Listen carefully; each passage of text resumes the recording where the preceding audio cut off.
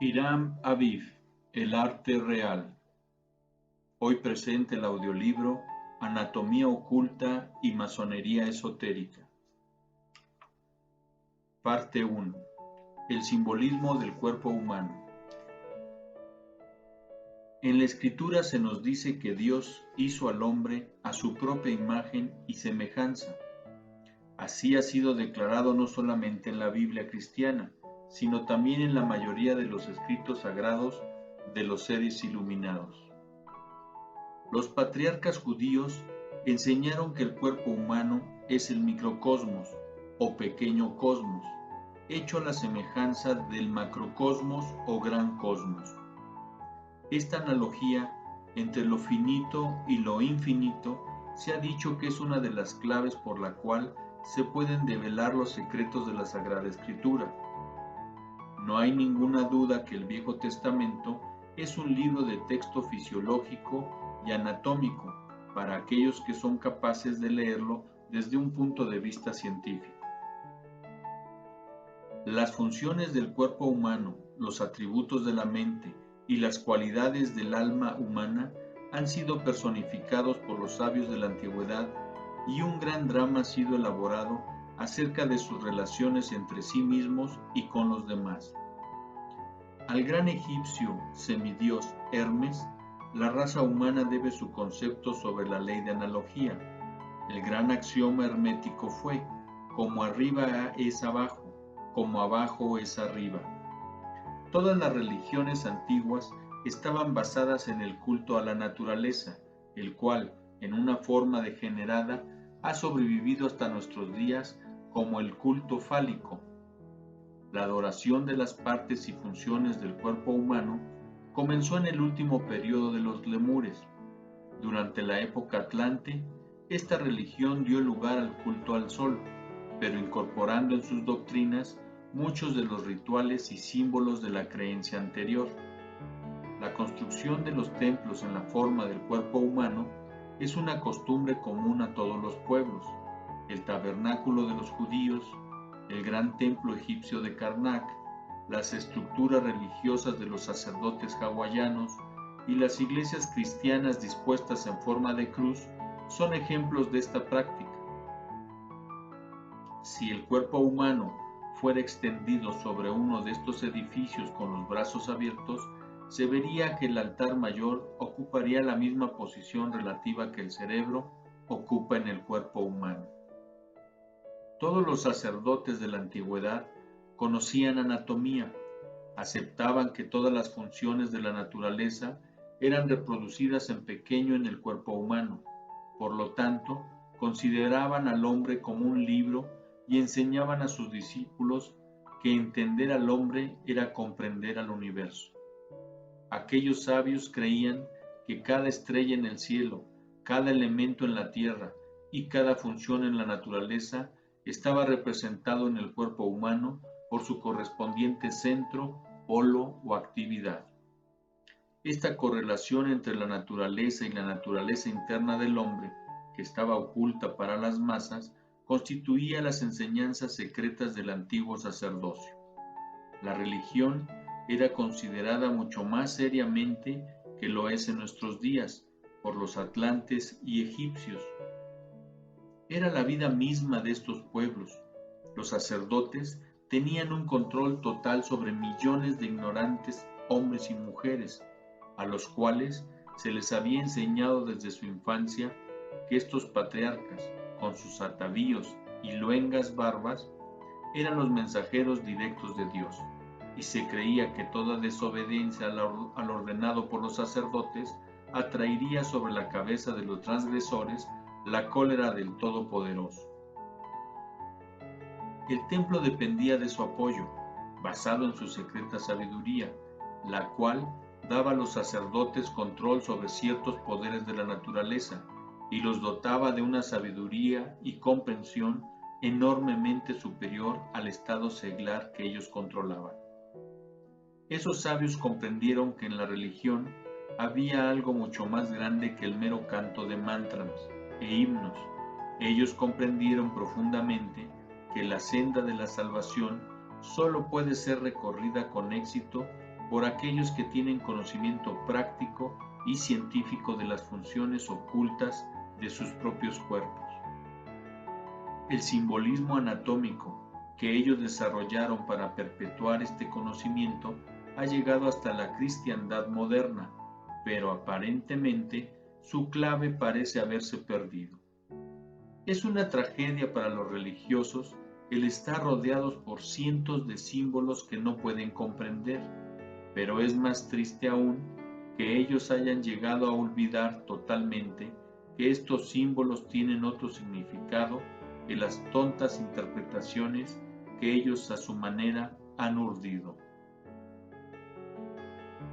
La idea predominante en la mente de los cristianos de que su creencia es la única y verdadera doctrina inspirada y que vino huérfana al mundo es irrazonable en extremo. Un estudio comparativo de las religiones prueba, sin lugar a dudas, de que la cristiandad ha mendigado, pedido prestado o se ha apropiado de los conceptos y filosofías de los tiempos antiguos y de los paganos del medievo. Entre los símbolos y alegorías religiosas que pertenecían al mundo antes de la aparición de la cristiandad, hay algunos que nosotros deseamos someter a vuestra atención y que son los siguientes conceptos y símbolos cristianos de origen pagano. La cruz cristiana viene de Egipto y de la India. La triple mitra viene del culto de Mitra. El cayado de los misterios herméticos y Grecia. La Inmaculada Concepción de la India. La Transfiguración de Persia y la Trinidad de los brahmanes. La Virgen María, como la Madre de Dios, se encuentra en una docena de diferentes creencias. Hay más de 20 salvadores del mundo crucificados. El campanario de la iglesia es una adaptación de las pirámides y obeliscos egipcios, en tanto que el diablo de los cristianos es el tifón de los egipcios con algunas variantes. Mientras más profundiza uno el problema, mejor comprende que no hay realmente nada nuevo bajo el sol. Un sincero estudio de la fe cristiana demuestra claramente que es la evolución natural de las doctrinas primitivas. Hay una evolución en la religión, así como en la forma física. Si aceptamos e incorporamos en nuestras doctrinas el simbolismo religioso de cerca de 40 pueblos, esto nos permitirá comprender, al menos en parte, el significado de los mitos y alegorías de lo que hemos tomado prestado, y no ser más ignorantes que aquellos a los cuales hemos recurrido. Este pequeño libro está dedicado a procurar explicar el problema de la relación que existe entre el simbolismo del antiguo sacerdocio y las funciones ocultas del cuerpo humano. Primero, debemos comprender que se supone que toda escritura sagrada está sellada con 7 sellos. En otras palabras, que se requieren 7 interpretaciones completas para entender plenamente el significado de las revelaciones filosóficas antiguas, que nosotros hemos preferido llamar escritura sagrada. La escritura no debe entenderse como algo histórico. Aquellos que interpretan su significado literal comprenden la parte mínima de ella. Es un hecho bien conocido que por razones de índole dramática, Shakespeare juntó en sus obras caracteres de individuos que habían vivido en épocas distintas separados por cientos de años. Pero Shakespeare no estaba escribiendo historia, sino drama. Lo mismo ocurre en la Biblia. La escritura deja a los historiadores envueltos en desesperante desconcierto al formular sus autocontradictorias tablas cronológicas, en las cuales la mayoría de ellos quedarán esperando el día del juicio final. La escritura brinda excelentes temas para debatir y también es un terreno propicio para las discusiones sobre nimiedades respecto a términos y ubicación de desconocidas ciudades. La mayoría de las ciudades de la Biblia, hoy señaladas en las guías, recibieron su nombre cientos de años más tarde al nacimiento de Cristo. por peregrinos que suponían haber ocupado lugares próximos a los mencionados en la Biblia. Todo esto puede convencer a algunos, pero para el pensador es de una evidencia concluyente que la historia es lo menos importante de la escritura. Cuando la emperatriz Helena, madre de Constantino el Grande, visitó Jerusalén en el año 326, descubrió que no solo había desaparecido toda traza de cristiandad, sino que un templo dedicado a las diosas Venus permanecía en pie sobre la colina hoy aceptada como el Monte Calvario. Cerca de 400 años después de la muerte de Cristo, no había aparentemente nadie en la Tierra Santa que hubiese oído hablar de él. Esto no implica necesariamente que él no haya vivido, pero sí que el halo de milagros y atmósfera sobrenatural con que lo rodea la cristiandad moderna es grandemente mitológico. Semejante a todas las otras religiosas, la fe cristiana ha acumulado una colección de fantásticas leyendas que despiertan la superstición y que son sus propios enemigos, porque ellos han tomado al simple moralista de Nazaret, el hombre que amaba a sus prójimos, y construyeron una superestructura de idolatría que nadie ama y solo sirve a su propio fin. Así como Buda en la India reformó meramente los conceptos que se tenía sobre Brahman en sus días, Jesús dio nueva forma a la fe de Israel y dio a sus discípulos el mundo una doctrina basada sobre lo que había estado antes establecido, pero remodelada para enfrentar los problemas y necesidades de su pueblo. Los esenios que educaron a Jesús eran de origen egipcio o hindú, y su fe tomó lo mejor que había en el pasado. Los recuerdos preservados son sumamente alegóricos, y el hombre simple es sumergido por ellos en un inmenso mar de supernaturalismo. Esto no fue hecho enteramente sin propósito, pues así como Shakespeare se tomó la licencia de utilizar la historia para presentar verdades esenciales, parece ser que, del mismo modo, los historiadores de Jesús usaron el carácter del hombre como base fundamental de un gran drama. Él deviene el héroe de un relato 7 veces sellado, y aquellos cristianos que han estudiado los símbolos pueden conseguir con ese relato la clave de la verdad. La escritura es la eterna historia, que ello no pertenece a ninguna nación o pueblo en particular, y que solo es narración o relato de todas las naciones y de todos los pueblos. Es una cosa maravillosa, por ejemplo, estudiar la vida de Cristo a la luz de la astronomía, pues él deviene el sol y sus discípulos los 12 signos del zodiaco. Entre las constelaciones encontramos las escenas de su ministerio y en la procesión de los equinoccios el relato de su nacimiento, crecimiento, plenitud y muerte por los hombres. Por otra parte, las atormentadas sustancias químicas en la retorta nos revelan simbólicamente la vida del maestro, pues, con la clave de la química, la escritura se convierte en otro libro. En este librito en particular, sin embargo, nos referiremos solamente a la relación que existe entre estas alegorías y el cuerpo humano. Descubrimos que la vida de Cristo, conoce como la encontramos en los evangelios, ha sido conformada artificiosamente hasta coincidir perfectamente con las vidas de una docena de salvadores de la humanidad, porque todos ellos son, también, mitos astronómicos y fisiológicos. Todos estos mitos nos llegan a nosotros desde la más remota antigüedad, en cuya época las razas primitivas utilizaban el cuerpo humano como la unidad simbólica, y los dioses y demonios eran personificados en los órganos y funciones del cuerpo. Entre ciertos escritores cabalistas vemos que la Tierra Santa era delineada sobre la base del cuerpo humano, y las diversas ciudades se muestran como centros de conciencia en el hombre. Aquí se encuentra un maravilloso campo de estudio para aquellos que quieran investigar profunda y sinceramente los antiguos misterios. Nosotros no abrigamos la esperanza de agotar el tema, pero si vosotros obtenéis con este librito la clave para seguir esta línea de pensamiento hasta que logréis que sea vuestro íntimamente, se abrirá para vosotros, al final, uno de los secretos del libro divino de la revelación.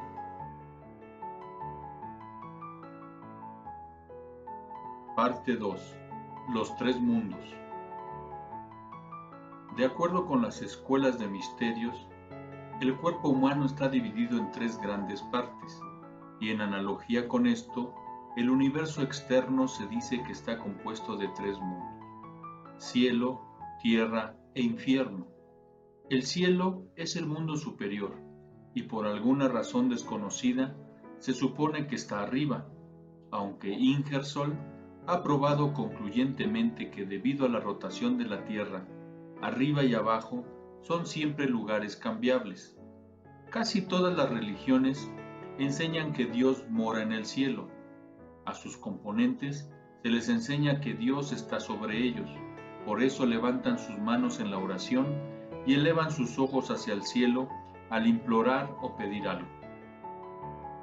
En algunos países se supone que Dios mora en la cima de las montañas, que son los lugares más elevados del mundo.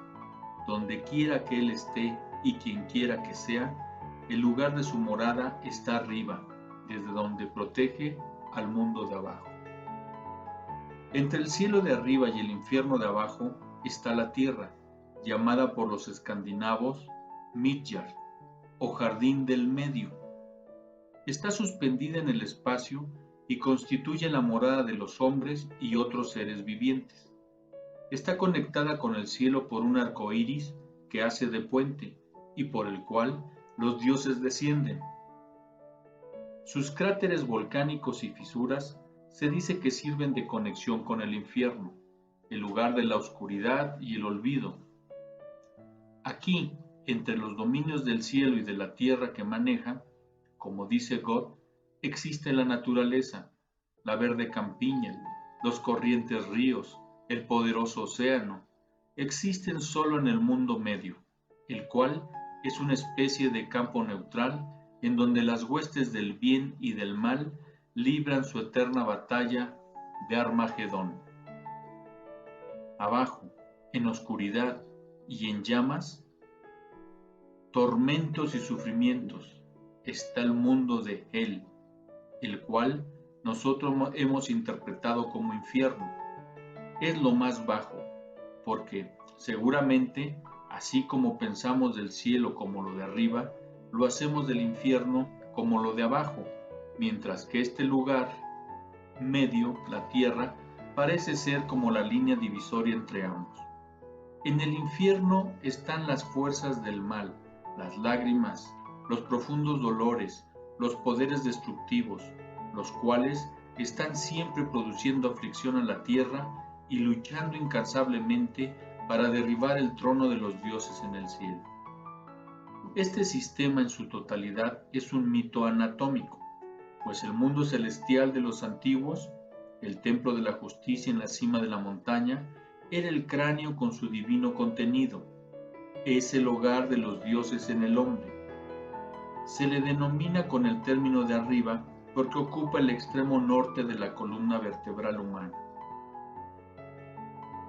Se dice que el templo de los dioses que gobiernan la tierra está en el polo norte, el cual, mencionándolo de paso, es el hogar de Santa Claus, porque el polo norte representa el lado positivo de la columna vertebral del señor planetario.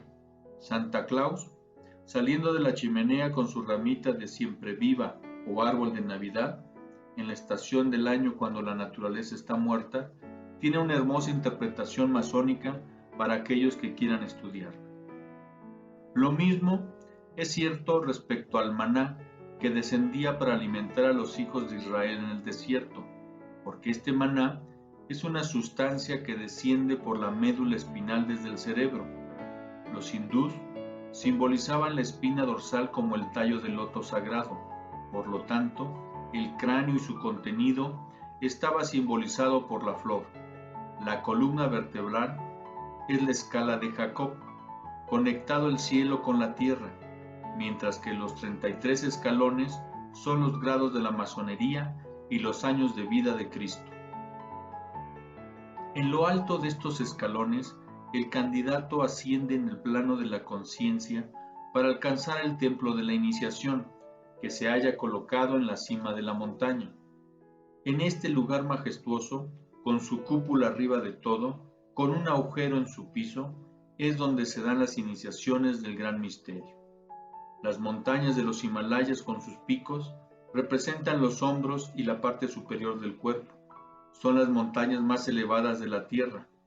En alguna parte, sobre la cima más alta, se levanta el templo, descansando como en el cielo de los griegos sobre los hombros de Atlas. Es interesante notar que la vértebra superior de la columna vertebral del hombre es llamada Atlas y sobre ella descansa la base del cráneo.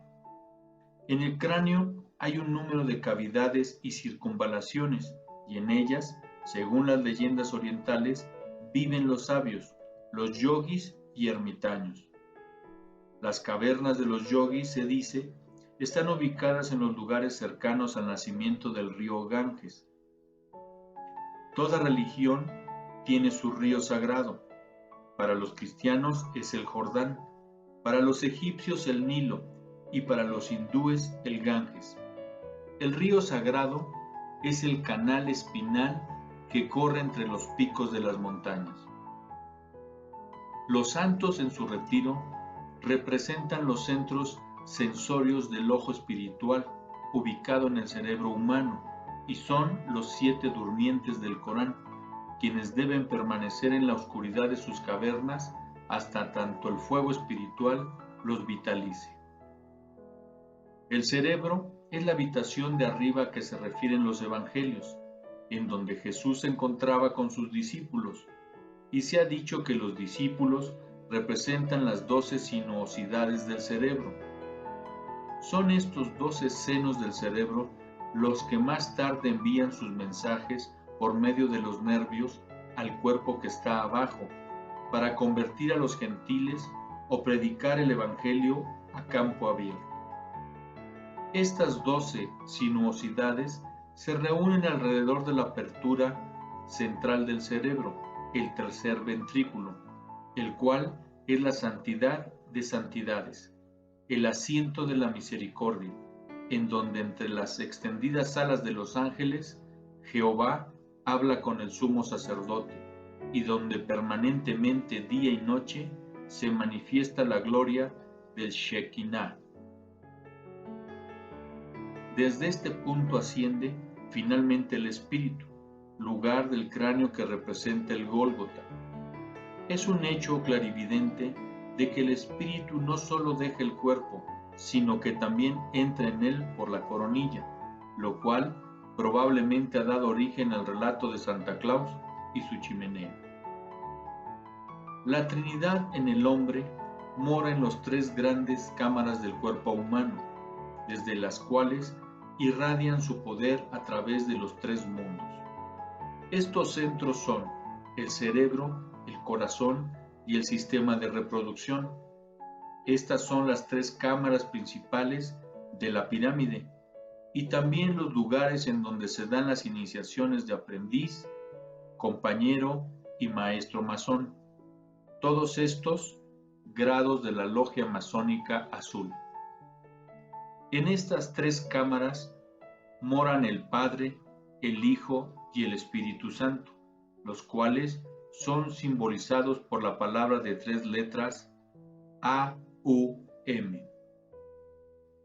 La transmutación, regeneración y desarrollo de estos 3 grandes centros se produce por la repetición de la palabra perdida, la cual es el gran secreto de la orden masónica. De los nervios espinales vienen impulsos y fuerzas vitales que hacen esto posible. Por lo tanto, el masón se le advierte que debe considerar con todo cuidado su palabra sustituta, que significa la médula de los huesos. En el cerebelo o cerebro posterior el cual tiene a su cargo el sistema motriz del cuerpo humano y es el único cerebro desarrollado en el animal, se encuentra el desarrollo de un pequeño árbol, el cual, por su forma arborescente, ha sido simbolizado como una rama de acacia y como tal se refiere a una alegoría masónica.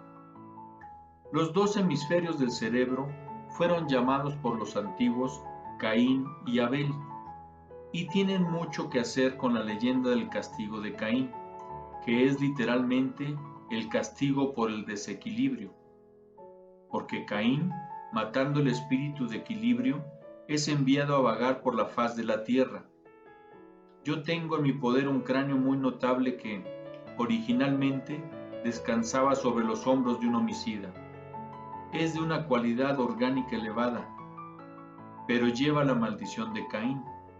Este individuo tenía odio por alguien y lo alimentaba muy cuidadosamente. El alimentar un rencor algunas veces deviene una de las cosas más peligrosas. Este individuo juró que cuando encontrara a cierta persona le arrancaría el corazón y se lo echaría a la cara. Pasaron varios años, su odio aumentaba. Al final encontró a su enemigo, lo atacó y cumplió la amenaza. Fue ahorcado por el crimen, pero el cráneo, llevando el testimonio de su cerebro, revela un hecho muy interesante. La mitad derecha del cerebro está bajo el control de Mercurio, el planeta de la inteligencia, y como resultado de que lo cruzan nervios en la base del cráneo, domina el lado izquierdo del cuerpo. El lado izquierdo del cerebro, bajo el control de Marte, el espíritu de la ira y del impulso, gobierna el lado derecho del cuerpo, y del mismo modo el fuerte brazo derecho. Como resultado de su odio y el gobierno de Marte, que crecía por ese odio, la parte posterior del lado izquierdo del cerebro llegó a ser justamente el doble en volumen que la del lado derecho. El individuo permitió que Marte controlara su naturaleza.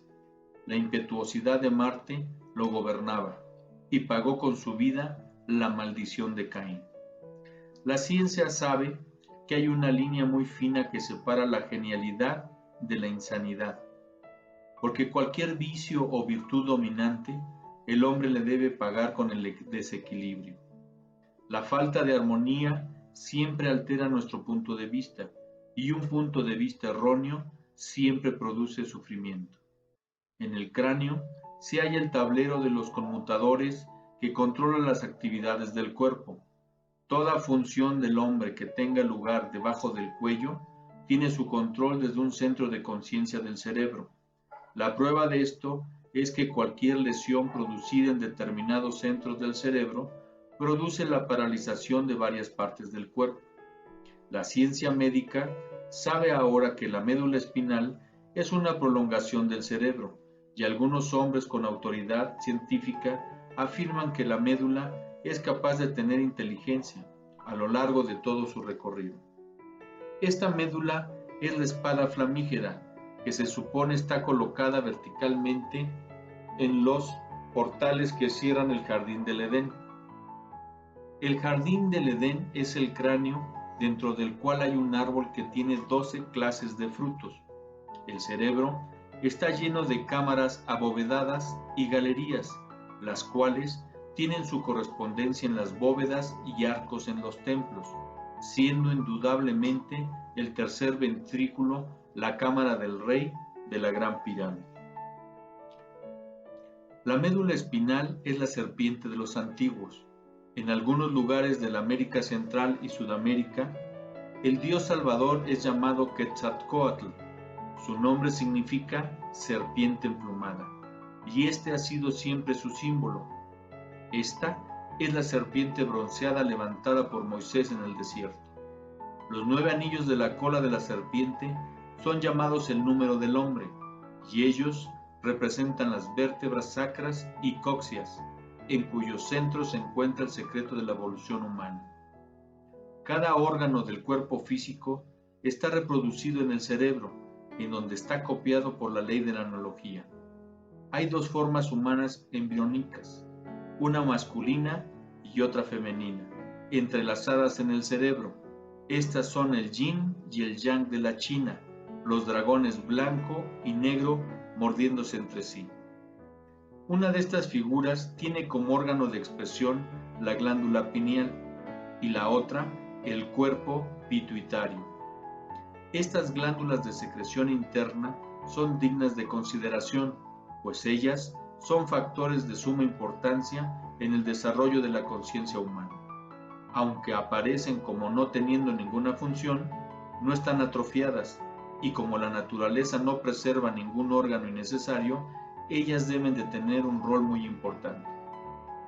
Es conocido que estas glándulas son mayores y más activas en las mentalidades con un alto grado de desarrollo, y lo contrario ocurre en las de desarrollo inferior, y en ciertos idiotas congénitos, ellas son muy pequeñas.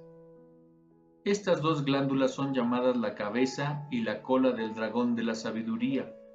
Ellas son los polos de cobre y de zinc de un circuito eléctrico que tienen al cuerpo entero como una batería.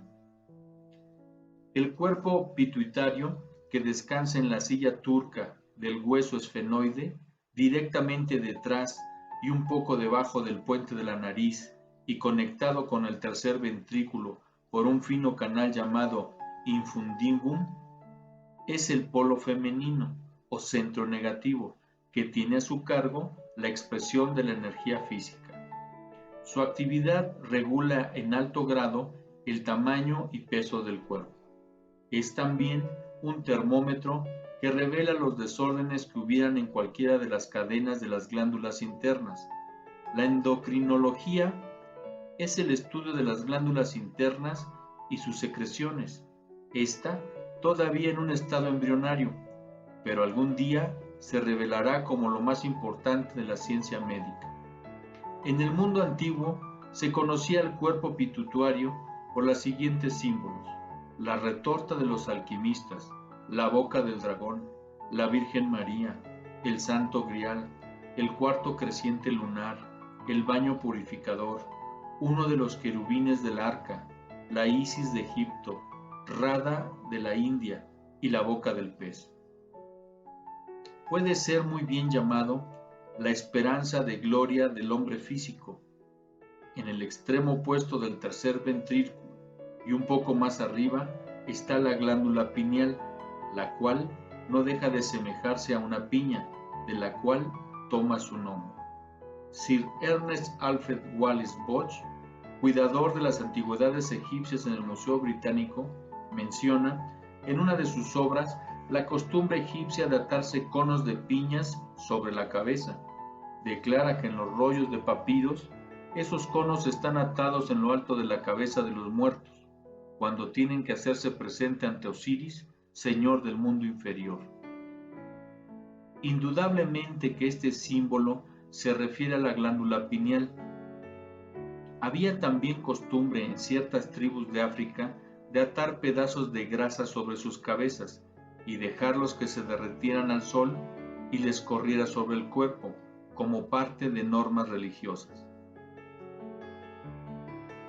Es interesante observar que los indios americanos solían llevar su pluma, que originalmente era símbolo de su Cristo, en el mismo lugar en donde los monjes cristianos afeitaban su cabeza. Los hindús enseñan que la glándula pineal es el tercer ojo, llamado el ojo de Dhamma. Es llamado por los budistas el ojo que todo lo ve, y en la cristiandad se habla de él como el ojo único.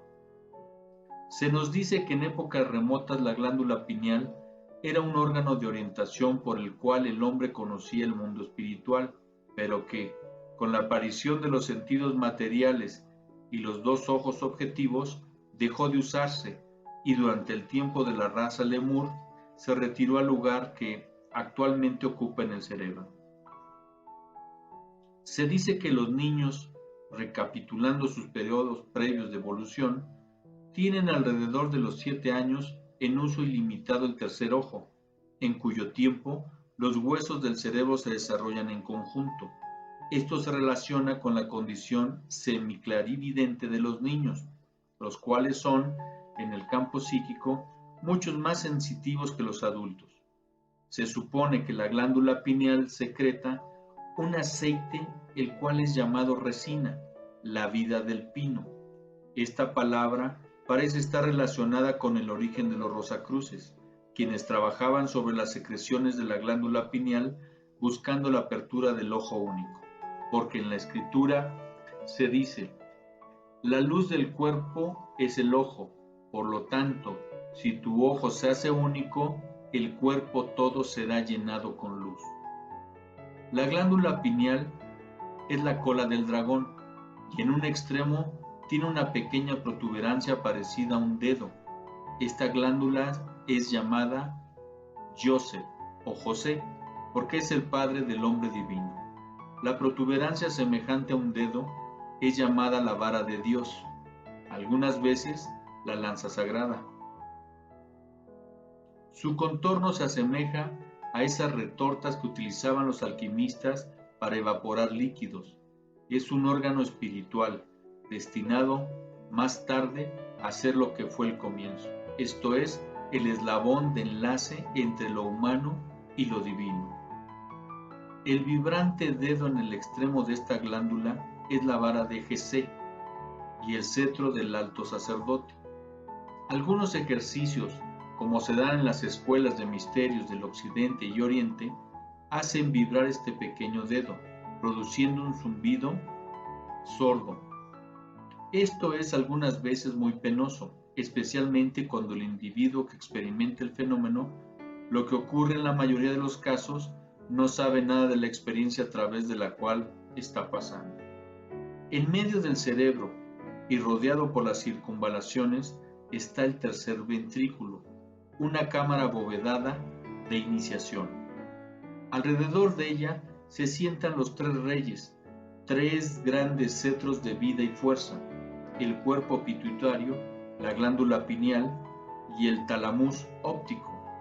En esta cámara hay también una pequeña simiente como arenisca, la cual está indudablemente conectada con el arca del rey que se halla en la gran pirámide. Se supone que el tercer ventrículo es el sitial del alma y se dice que el aura que rodea la cabeza de los santos y sabios representa el resplandor dorado que irradia este tercer ventrículo. Entre los ojos y justo arriba de la raíz de la nariz hay una dilatación en el hueso frontal del cráneo, que es llamado el seno frontal. La ligera comba producida por la dilatación de este hueso es conocida en frenología como el asiento de la individualidad. Es este lugar donde se colocan las leyes y las joyas en la frente de los Budas, y es también desde este punto que la serpiente se levanta de la corona de los antiguos egipcios. Varias de las escuelas de misterios enseñan que este es el sitial de Jehová en el cuerpo humano, aunque su función se realiza por medio del sistema generativo. Su centro de conciencia, como una parte del espíritu del hombre, está localizado en un mar de éter azul, en el centro del seno frontal, llamado el velo de Isis. Cuando se estudia el cuerpo humano, clarividente, este pequeño punto aparece siempre como un centro o punto negro y no puede ser analizado. El monte palatino de los antiguos, sobre el cual fueron construidos los templos de Júpiter y Juno, tiene también su lugar en el cuerpo humano.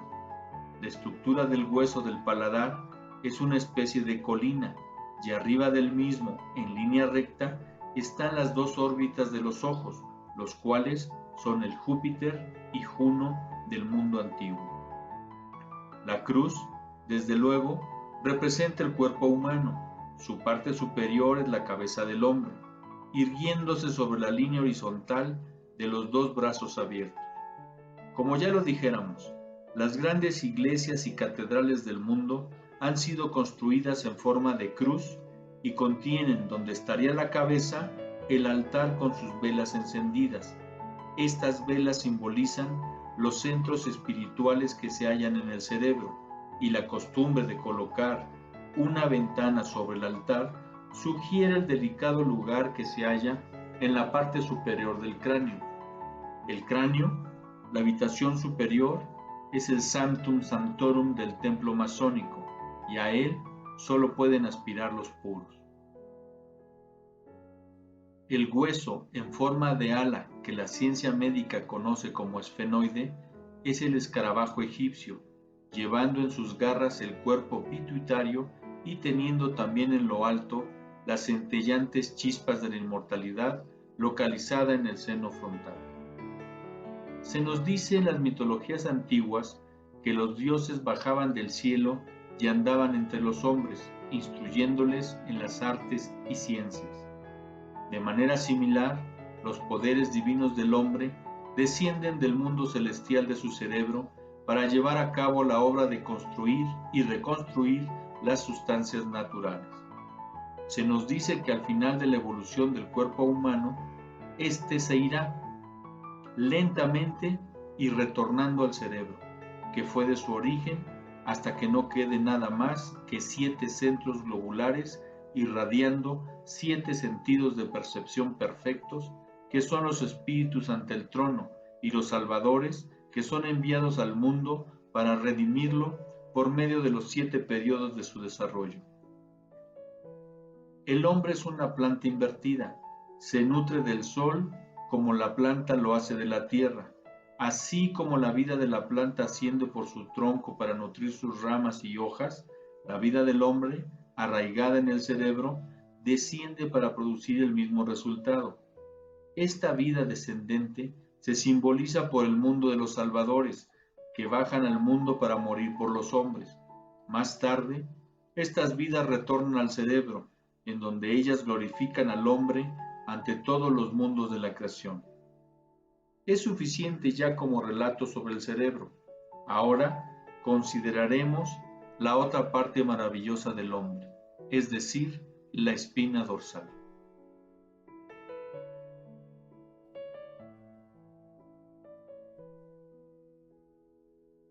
Parte 3. La espina dorsal. Conectando a los dos mundos, arriba el cielo y abajo la esfera de la oscuridad, está la espina dorsal, una cadena de 33 segmentos que protege en su interior a la médula espinal. Esta escalera de huesos juega un rol muy importante en el simbolismo religioso de los antiguos. A menudo se la menciona como un camino o escalera en espiral. Algunas veces se le llama la serpiente, otras la vara o cetro. Los hindúes enseñan que hay 3 distintos canales o tubos en el sistema espinal. Los llaman Ida, Pingala y Sushumna. Estos canales conectan los centros inferiores generativos del cuerpo con el cerebro. Los griegos lo simbolizaban por el caduceo o báculo al lado de Hermes. Este consistía en un bastón largo, el Sushumna, que va al centro, que terminaba en una perilla o bolita que está en el centro de la médula oblongata. A cada lado de esta perilla están las alas arqueadas, que se utilizaban para representar los 2 lóbulos cerebrales. Arriba de este báculo suben, alternativamente y en forma de espiral, 2 serpientes, una negra y la otra blanca. Estas representan el Ida y Pingala. Los antiguos hindús tenían una leyenda concerniente a la diosa Kundalini, en la cual se dice que ella descendió del cielo por medio de una escalera o cuerda a una pequeña isla que se hallaba flotando en el inmenso océano. Relacionando esto con la embriología, es evidente que la escalera o cuerda representa el cordón umbilical y la islita el plexo solar. Cuando la escalera es cortada y se desconecta del cielo, la diosa huye aterrorizada a refugiarse en una caverna, el plexo sacro, en donde ella se oculta totalmente a la vista de los hombres, como Amaterasu, la diosa japonesa, del rostro refulgente. Ella debe ser sacada de su caverna, pues mientras permanece ahí y se resiste a salir fuera, el mundo está en la oscuridad. Kundalini es una palabra sánscrita, cuyo significado es una fuerza, serpentina o gas enroscado. Esta fuerza, según lo declaran los sabios orientales, puede ser dirigida hacia arriba a través del canal espinal central o Sushumna, cuando esta esencia se encuentra en el cerebro, abre el centro de la conciencia espiritual y percepción interna, llevando con ello la iluminación espiritual. El sistema cultural por el cual eso es posible es la enseñanza más secreta de los santos orientales, porque ellos saben que esta fuerza serpentina o enroscada no solo lleva la iluminación, sino que como la serpiente, que es un símbolo, es también mortalmente venenosa. Conocimientos superficiales o fragmentos de ocultismo oriental están llegando frecuentemente al mundo occidental, pero lamentamos decirlo, con ellos vienen interminables sufrimientos y males, porque estas grandes verdades en las manos de individuos incapaces de comprenderlas o aplicarlas correctamente destruyen la inteligencia y la razón. A lo largo de la espina dorsal hay cierto número de nervios, ganglios y plexos. Todos estos tienen lugar en el simbolismo religioso. Por ejemplo, se nos dice que los antiguos judíos llamaban al plexo sacro y al ganglio sacrococcigio, las ciudades de Sodoma y Gomorra. Hay un pequeño plexo en la región de los riñones, llamado plexo sagitario, al cual los antiguos llamaron la ciudad de Tarso, donde San Pablo luchó con las bestias. El ocultismo superior enseña que las flores del loto, o centros nerviosos de la espina dorsal, son como polos negativos, que dan testimonio de los 7 grandes centros positivos de conciencia localizados en el cerebro. Estos 7 centros funcionan por medio de los otros centros que se hallan en la espina dorsal en la misma forma, aproximadamente en que los 7 espíritus ante el trono funcionan por medio de los cuerpos planetarios. El discípulo es advertido de no trabajar con los centros que se hallan en la espina dorsal, sino que debe hacerlo con los centros gobernantes, los centros del cerebro. El caminar errante de los hijos de Israel en el desierto, el peregrinaje de los maometanos a la Meca, los interminables peregrinajes de los santos hindúes que se pasan la vida yendo de un templo a otro, representan el peregrinaje del fuego espiritual Kundalini, a través de los centros nerviosos que se hallan a lo largo de la espina dorsal. Siguiendo ciertas instrucciones particulares, la fuerza es llevada a estos centros, uno tras otro, hasta que, visto clarividentemente, se convierten esas áreas en una especie de flores luminosas, de las cuales dimanan rayos de luz, semejando los pétalos. Cada uno de estos lotos tienen diferentes números de pétalos de acuerdo con las ramificaciones nerviosas que dependen de él. Se dice que Logos, cuando llegó el momento de crear el universo material, entró en estado de profunda meditación, concentrando el poder de su pensamiento en los 7 centros, semejantes a flores de los 7 mundos. Esa fuerza vital, descendiendo gradualmente del cerebro, el cual era el gran mundo superior, y penetrando en las flores del loto una por una, dio nacimiento a los mundos inferiores. Cuando al final ese fuego espiritual penetró en el centro más bajo, el mundo físico fue creado, y su fuego estaba en la base de la espina dorsal. Cuando el mundo retorne a él de nuevo, y el Logos vuelva a ser supremo en conciencia, será porque retiró la vida de estos 7 centros, comenzando por los inferiores, llevándola nuevamente al cerebro. Así es que la senda de evolución de todas las cosas vivientes es elevar este fuego, cuyo descenso hizo posible su manifestación en estos mundos inferiores y cuyo ascenso les pondrá otra vez en armonía con los mundos superiores. Este mito de la fuerza vital que desciende y toma a su cargo el gobierno de los mundos se encuentra en todos los pueblos civilizados de la Tierra. Esto es el Hiram Abiff, quien construyó el templo masónico, los cuerpos, y que fue muerto por los 3 vehículos que él había formado. Tiene similitud con el Cristo, muerto por los pecados del mundo. Por el hecho de que este fuego espinal es una fuerza enroscada, serpentina, en todas partes del mundo, se ha usado a la serpiente para representar a los salvadores del mundo.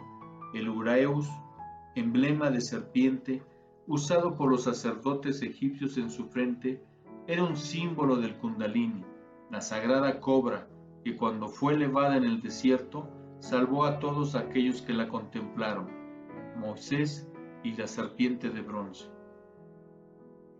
Así como el cerebro es el centro del mundo divino, el plexo solar es el centro del mundo humano, que representando la inconsciencia, une la inconsciencia de abajo con la conciencia de arriba. El hombre no solo es capaz de pensar con el cerebro, cierta fase del pensamiento es producida por los centros nerviosos del plexo solar. Probablemente, antes de ir más adelante, será prudente descubrir la diferencia que hay entre un médium y un clarividente. Para la mayoría de las personas no hay ninguna diferencia, pero para el místico, estas dos fases de la vida espiritual están separadas entre sí por los límites de las etapas totales en la evolución humana. Un clarividente es aquel que ha elevado al cerebro la fuerza espinal serpentina y por su desarrollo ha merecido el derecho de percibir los mundos visibles con la ayuda del tercer ojo o glándula pineal. Este órgano de conciencia que millones de años ha conectado al hombre con los mundos invisibles se cerró durante el periodo lemúrico, cuando los órganos sensorios perceptores del mundo objetivo comenzaron a desarrollarse. Los ocultistas, sin embargo, por el proceso de desarrollo al cual nos hemos referido someramente antes, pueden volver a abrir este ojo y por medio de él explorar los mundos invisibles. El clarividente no nace, se hace. Los médiums no se hacen, nacen. El clarividente puede llegar a serlo solo después de años, algunas veces de vidas, de autopreparación. Por el otro lado, el médium, sentándose en una habitación a oscuras o por otras prácticas similares, puede obtener ciertos resultados en muy pocos días. El médium usa el plexo solar como un espejo y en sus nervios sensitivos son reflejados cuadros registrados en los éteres invisibles. A través del vaso, que es el portal del cuerpo etérico, el médium permite la entrada en su constitución espiritual de inteligencias desencarnadas, dando como resultado el oír voces y otras manifestaciones psíquicas. La escritura automática se consigue permitiendo al brazo etérico de una inteligencia extraña el control temporario del brazo físico del médium. Esto no es posible hasta tanto el médium no quita su doble etérico del brazo, pues dos cosas no pueden ocupar el mismo lugar al mismo tiempo. El resultado de la separación periódica de las fuerzas vitales del brazo físico es muy desastroso, llegando frecuentemente a sufrir parálisis. La mediumnidad es antinatural para el hombre, mientras que la clarividencia es el resultado natural del crecimiento y desarrollo de la naturaleza espiritual. Hay 100 médiums por un clarividente, porque solo puede llegarse a ser clarividente por el autodominio y el ejercitamiento de un tremendo poder, mientras que el más débil, el más enfermo y más nervioso de los individuos es el que mejor médium resulta. El clarividente desarrolla su mente, llenándola de beneficios, conocimientos y en tanto que la primera instrucción que se le da al que quiere ser medium es: trate de dejar su mente vacía. La razón por la cual la mediumnidad a través del plexo solar es una retrogradación puede ser resumida como sigue. Los espíritus grupo que controlan el reino animal desempeñan sus cargos produciendo imágenes en el plexo solar, pues el animal no tiene mente autoconsciente. Su resultado es que en lugar de pensar con su propio cerebro, piensa con el cerebro del espíritu grupo, a quien está unido por invisibles hilos magnéticos. Estos hilos conducen sus impresiones y las fotografías en el sistema nervioso simpático, no teniendo voluntad propia. El animal es incapaz de combatir sus impulsos y en consecuencia los obedece implícitamente. El hombre se gobierna a sí mismo por medio del sistema cerebroespinal, porque ha desarrollado la individualidad y el sistema simpático ya no lo gobierna más, exponiéndose a los impulsos que le llegan por el plexo solar. El medium obstaculiza su propio desarrollo al no permitir que el sistema nervioso cerebro-espinal controle su destino. Al hombre siempre le ha gustado apoyarse en las cosas externas. No le agrada enfrentar cada problema y resolverlo con el cerebro que Dios le ha dado. Por eso busca el apoyo de los mundos invisibles, pidiéndoles ayuda para realizar la obra que debería de llevar a cabo por su propio esfuerzo. Miles de personas deben participar de la responsabilidad del medium, porque muchos de ellos siguen ese camino debido a que cientos de personas desean hablar con sus parientes muertos o tener informaciones reservadas sobre los valores de la bolsa. Aquellos que alientan cosas que ellos no harían por sí mismos son personalmente responsables por el daño que por su egoísmo han permitido que les llegue a otras personas. La diferencia, por lo tanto, entre la mediumnidad y la clarividencia se halla cerca de la mitad de la columna vertebral. Es la diferencia entre lo negativo y lo positivo.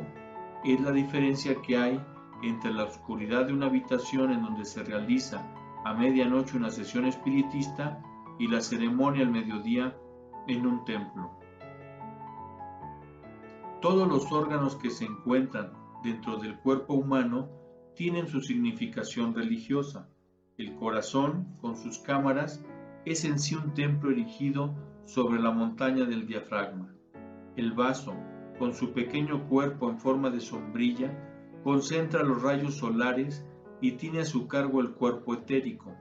Es este cuerpo etérico enrollado dentro del vaso el que inyecta en el sistema circulatorio los corpúsculos blancos de la sangre. Nosotros sabemos que el cuerpo humano ha servido de inspiración para casi todas las invenciones mecánicas. Las bisagras han sido copiadas del cuerpo humano, lo mismo las perillas y la cuenca o el alveolo que las contienen. Se nos han dicho que la primera instalación de plomería fue reproducida de los sistemas circulatorio, arterial y venoso. Centenares de máquinas e implementos han sido inspirados por los sutiles movimientos del funcionamiento de nuestros propios vehículos, porque el cuerpo humano es la más maravillosa máquina que pueda concebirse y por eso la mejor que pueda la mente humana estudiar. La estrecha relación que existe entre el sistema generativo inferior y el cerebro en la parte superior, porque el cerebro es un sistema generativo positivo, se debe desde luego a la médula espinal que los conecta. En un momento determinado, cierto número de pequeñas puertas que ahora separan el cerebro del sistema generativo se abren y el sushumna se convierte en un abierto túnel y así cada impulso es llevado inmediatamente a ambos extremos del cuerpo. Es por esta razón que el candidato hace voto de castidad, ya que la estrecha conexión existente en los discípulos avanzados entre el cerebro y el sistema reproductivo exige una absoluta conservación de todas las energías vitales. Las amígdalas están conectadas directamente con el sistema generativo. En realidad, ellas son parte de su polo positivo formado por el cerebro. La deplorable costumbre actual de vacunar y de cortar las amígdalas a los niños apenas llegan al mundo, producirá en alguna época una definida degeneración de la raza. La mayoría de las amígdalas se infectan a causa de que el niño, en los primeros años, come demasiados dulces. La moral es no cortar las amígdalas y suprimir los dulces. La mayor parte de los padres son responsables por la enfermedad de sus hijos, ya sea por su ignorancia o por indulgencia. Ellos permiten que la inconsciencia infantil, que todavía no está controlada por los vehículos superiores, los destruya antes de que la vida se exprese plenamente. Cuando los niños están enfermos de los primeros años de vida, el médico encontrará habitualmente la causa del mal en los padres, y el padre o la madre, no el niño, deberá ser medicamentado por las píldoras que necesita. Si el estómago se mantiene en condiciones adecuadas, las amígdalas se mantendrán también en buenas condiciones. La absoluta economía demostrada por la naturaleza en la construcción de todas sus estructuras sería prueba suficiente de que el Señor no estuvo perdiendo su tiempo cuando hizo a las amígdalas y al apéndice. Él tuvo aparentemente su razón para hacerlo, pero estos pobres, inofensivos órganos se han convertido en una mina de oro para los médicos, quienes los quitan a la más ligera provocación. Se nos dice que la posición vertical asumida por el cuerpo humano, que la fuerza, el contenido de la región intestinal a viajar, parte del tiempo cuesta arriba, es la razón de la existencia del apéndice, que se ha perdido en las criaturas de porte horizontal. Cada órgano no solo tiene su propósito visible, sino también un invisible propósito espiritual, y puede ser enviado al individuo que trata de llevar su vida preservando intactos en todo lo que sea posible sus miembros y partes anatómicas originales.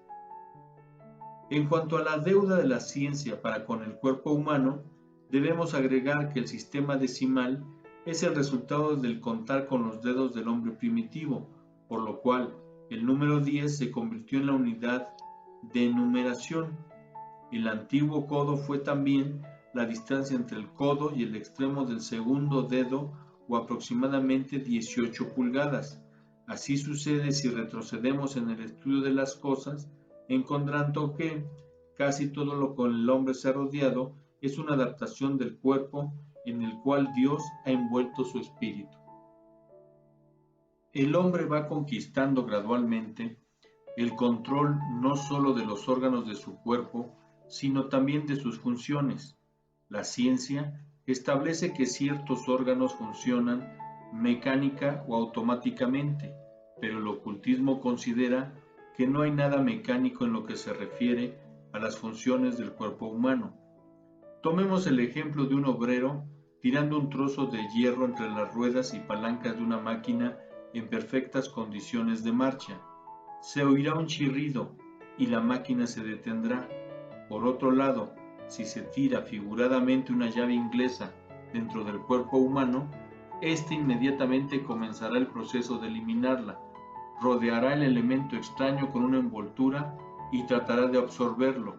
Si esto es imposible, tratará de arrojarlo hacia afuera por algún canal adecuado para ese propósito.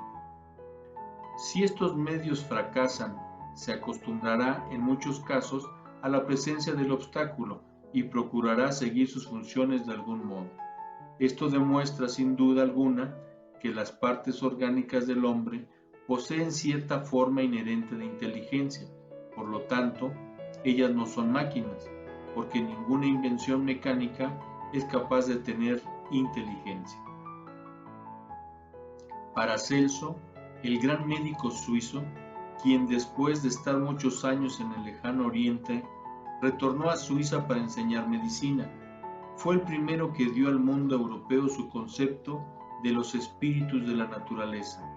Enseñó que las funciones de la naturaleza estaban bajo el control de pequeñas criaturas, invisibles para los sentidos normales, pero que, trabajando a través de los reinos de la vida, minerales, plantas, animales y parte del cuerpo humano mantenían a todos ellos desenvolviéndose de una manera inteligente, bajo el control de la gran jerarquía celestial de Escorpión, que tiene a su cargo la construcción de los cuerpos en la naturaleza.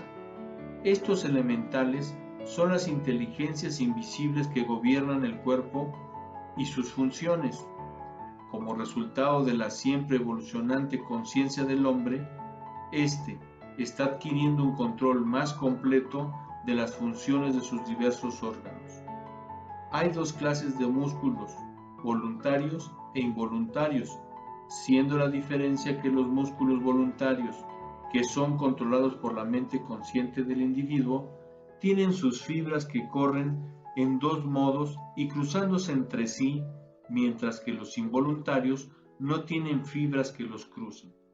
El corazón ha sido considerado un músculo involuntario, pero está comenzando ahora a mostrar fibras cruzadas, prefigurando así los días en que el hombre, consciente e inteligentemente, regulara los latidos de su propio corazón.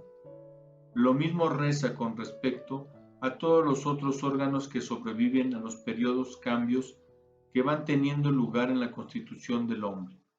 Los santos orientales pueden con todo éxito vivir sin que su corazón lata, pueden pararlo y hacerlo latir a su voluntad. Echando la lengua hacia atrás y tapando así el pasaje del aire a los pulmones, pueden permanecer por meses inmóviles. Muchos chelas orientales hacen esto mientras reciben iniciaciones espirituales fuera del cuerpo físico. Se han registrado casos de santos que han sido enterrados vivos. Semanas más tarde, al ser desenterrados, se encontró que el cuerpo estaba seco como un cuero. Se le echó agua encima y después de un cierto lapso, el hombre que no había respirado durante semanas se levantó y empezó a caminar. Este es el resultado del extraordinario control que la mente es capaz de conquistar sobre las funciones del cuerpo. El ocultismo enseña que hay todo un universo dentro del cuerpo humano, que él tiene sus mundos, sus planos, dioses y diosas. Millones de diminutas células son sus habitantes. Estas están agrupadas en reinos, naciones y razas. Hay las células óseas y las células nerviosas, y millones de estas pequeñísimas criaturas, al agruparse, se transforman en una cosa compuesta de muchas partes. El gobernador supremo y Dios de este gran mundo es la conciencia del hombre que dice: yo soy. Esta conciencia toma su universo y lo lleva hasta otra ciudad. Cada vez que va y viene por las calles, ella toma sus centenares de millones de sistemas solares y los lleva consigo mismo, pero siendo tan infinitesimales, el hombre no puede comprender que ellos son realmente mundos. Igualmente nosotros somos células individuales en el cuerpo de una creación infinita que se mueve a sí misma a través de la infinitud, a una velocidad desconocida. Los soles, las lunas y estrellas son meramente huesos del gran esqueleto compuesto de todas las sustancias del universo. Nuestras propias minúsculas vidas son simplemente partes de esa infinita vida que circula y palpita a través de las arterias y venas del espacio, pero todo es tan vasto que está más allá de la comprensión de este pequeño yo soy en nosotros. Por lo tanto, podemos decir que ambos extremos son igualmente incomprensibles. Vivimos en un mundo medio, con infinita grandeza por un lado e infinita pequeñez por el otro.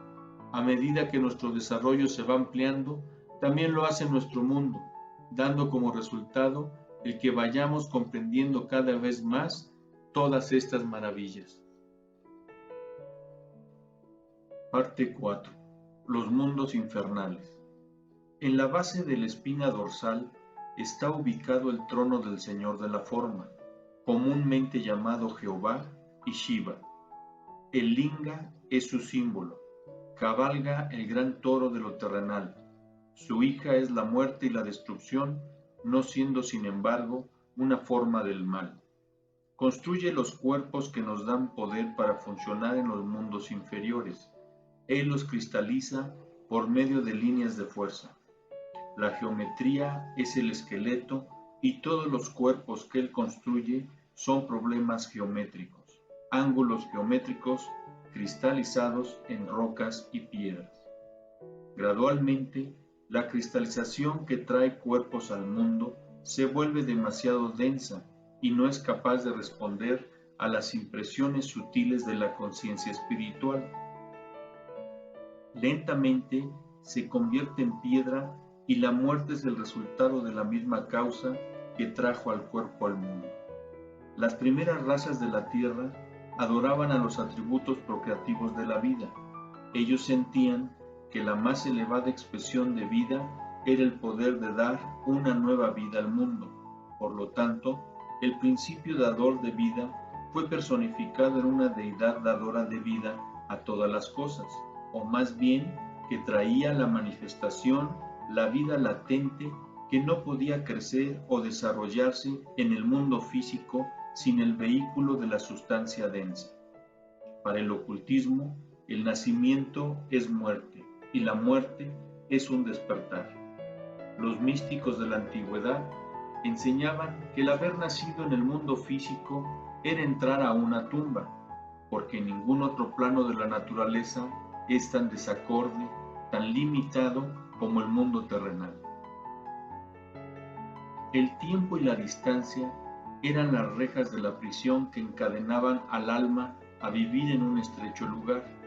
El calor y el frío atormentaban al alma, la edad la privaba de sus facultades, y la vida del hombre no era más que una preparación para la muerte.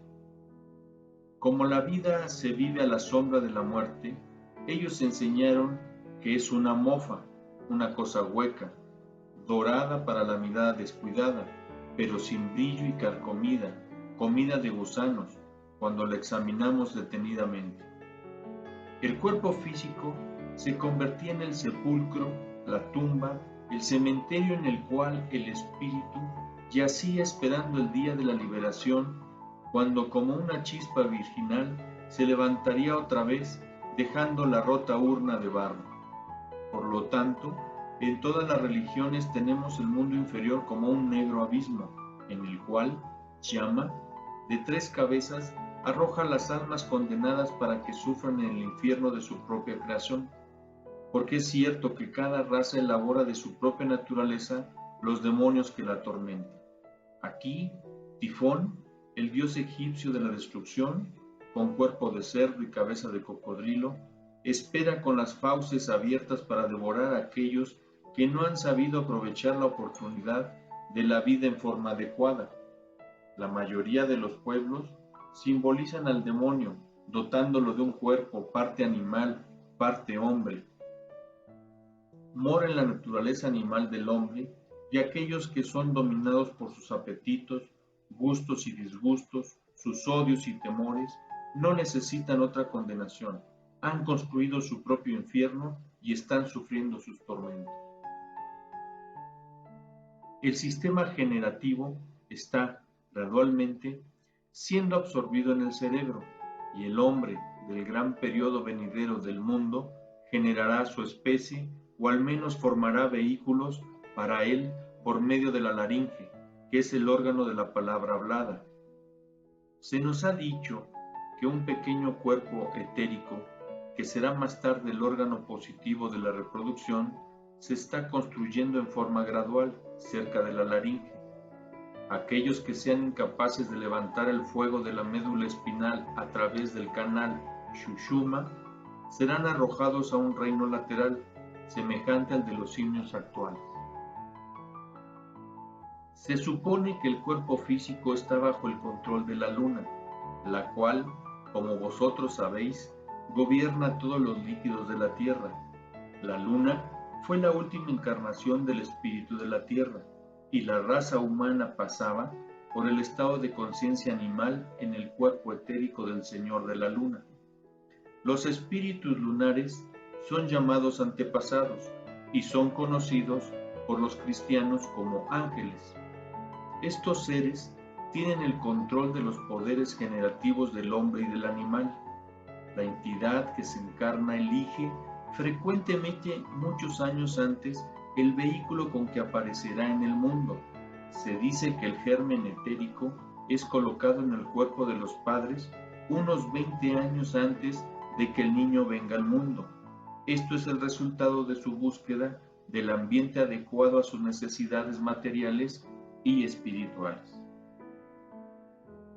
Ciertas escuelas de ocultismo han enseñado que la conciencia espiritual del hombre no estaba fija en ningún punto del cuerpo, sino que estaba en cualquiera de las partes donde el hombre mora con sus pensamientos.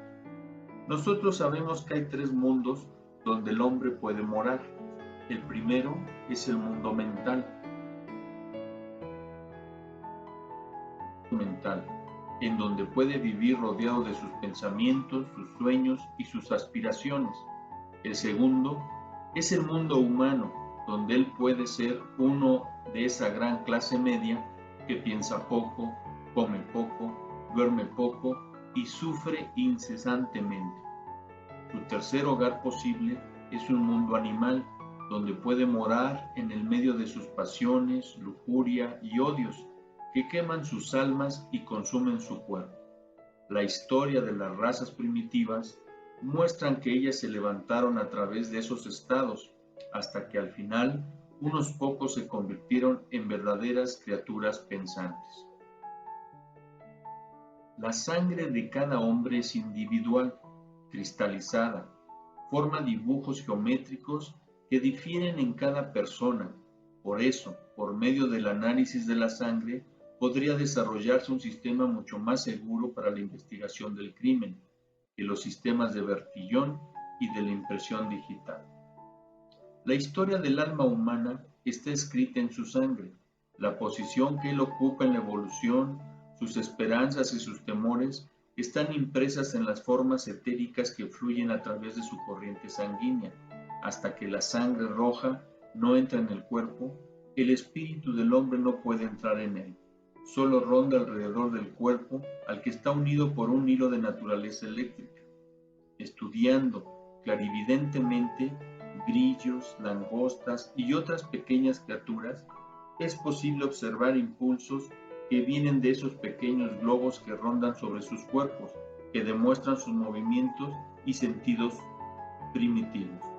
Por lo tanto, se dice que la real línea entre el vegetal y el animal viene con la llegada de la sangre roja.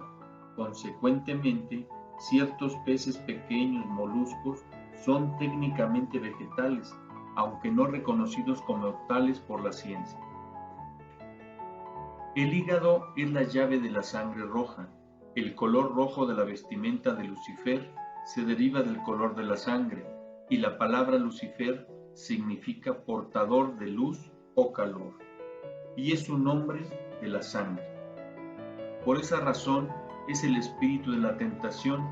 En los misterios cristianos, la herida del hígado de Cristo por la lanza del centurión es un hecho especialmente místico, en tanto que Prometeo, el amigo del hombre, encadenado en el pico del monte Cáucaso, con el buitre que devoraba su hígado, es el mismo mito expresado en el simbolismo de los antiguos griegos. Es interesante también notar la relación que hay entre las palabras life, vida, y liver, hígado, porque tener un hígado, liver, es vivir, to life. Siguiendo este detalle, podemos notar que la palabra life, deletreada al revés, se convierte en evil, o mal, y la palabra lived, vivido, se convierte en devil, diablo. Esta peculiar relación no solo se encuentra en inglés, sino también con ligeras variantes en otros varios idiomas. Cuando nos ocupamos de esto, sin embargo, quedamos envueltos en el estudio cabalístico, el cual es el análisis del significado simbólico de las palabras. Rojo es el color de la sangre y la clave del hígado, y su efecto sobre los animales es muy notable. Irrita, excita y en algunos casos realmente causa la locura de los animales. Por eso se usa frecuentemente en la capa de los toreros. El torero mueve su capa frente al toro y consigue comúnmente irritarlo. El uso de las luces rojas no es una cosa poco común en la magia negra. Los magos malos las usan para materializar espectros, en tanto que la ciencia médica ya ha descubierto que son una fuente irritante si se aplica al cuerpo humano. Durante la ira y el odio, el aura astral del hombre se ve vetada con rojas llamas que tienen gran parecido con los rayos. A menudo la base de la espina dorsal brilla con una luz roja oscura, símbolo de odio, pasión o ira.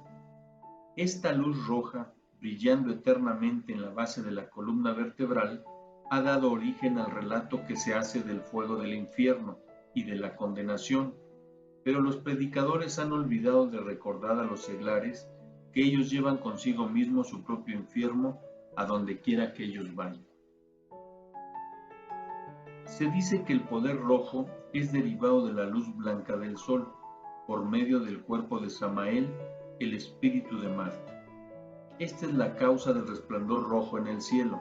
Marte es el dios de la guerra, la disputa, el odio y la disensión. Fue la deidad regente del Imperio Romano, cuyos soldados llevaban rojo en sus uniformes como símbolo de su mando. Siguiendo a Marte como guía, conquistaron al mundo y luego cayeron bajo las mismas espadas con que ellos habían asesinado a los otros. Así como el rojo es el color del cuerpo, el amarillo es considerado el color del alma. Por esta razón, los budas y los salvadores del mundo son representados con un halo o aureola dorada que los rodea. Esta luz es el hábito amarillo. También es la luz que atestigua la oscuridad sobre la cual escribió San Juan. Esta luz, fluyendo del tercer ventrículo, representa el Shekinah de los judíos, que está sobre el propiciatorio, como un pacto entre Dios y el hombre. El amarillo es vitalizador, un dador de vida. Por ello, el sol con sus rayos dorados y su personificación, el Cristo, son ambos dadores de vida. La falta de vitalidad puede ser tratada con éxito, exponiendo el vaso al sol. El azul, el más elevado de los tres colores primarios, es el color dado al Padre. Este es un color sedante que tranquiliza y da especial valor para el tratamiento de la demencia y la obsesión. Es difícil para los magos negros actuar con éxito en una luz azul. Su afinidad con la mente es muy evidente y se reúne como un mar eléctrico en la glándula pineal y como un extracto de todas las cualidades espirituales de la naturaleza humana.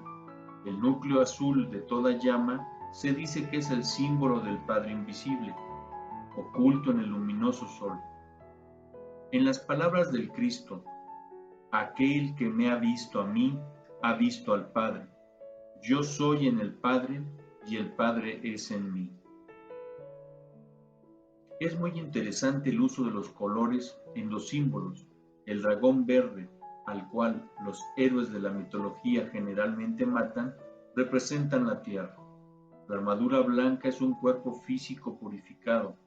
El mago negro es oscuridad e incertidumbre. Todos los colores tienen un valor simbólico y grandes lecciones que pueden aprenderse del estudio de la aplicación de estos valores en el ocultismo.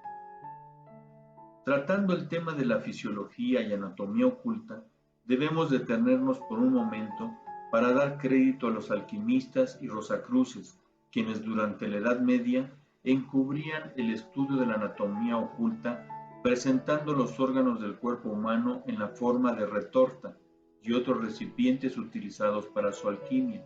Uno de esos grandes exponentes dijo en resumen: nuestra química no es como la que se conoce y donde se emplean los productos químicos, sino que la hacemos con ciertos recipientes secretos u órganos internos y sustancias químicas espirituales que son invisibles para el individuo ordinario.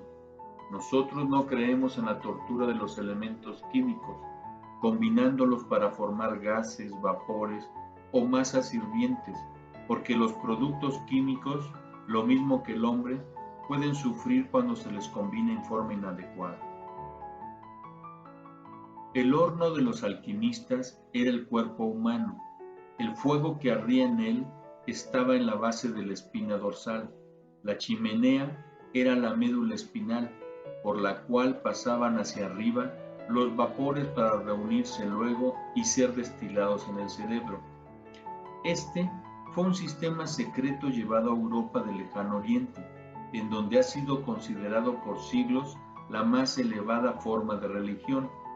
Podemos llamar a estas verdades ocultas los principios de la espiritualidad operativa para distinguirlas de la moderna religión, la cual está formada enteramente de teorías especulativas. La gente no sueña que la religión es fisiológica, ni creería que su salvación depende enteramente del uso científico de los elementos y fuerzas internas de sus propios cuerpos. Pero a despecho de todo esto, puede ser dicho lo contrario. Tal es el caso. Durante los próximos años, mucho se hará para iluminar al hombre en lo que concierne al trabajo secreto de sus propias partes y miembros. Es muy interesante notar la similitud que existe entre las encarnaciones o apariciones en el mundo del gran Avatara Vishnu y los cambios que tienen lugar en el embrión humano antes del nacimiento. Esto nos llevará a nuestro próximo tema, la embriología oculta.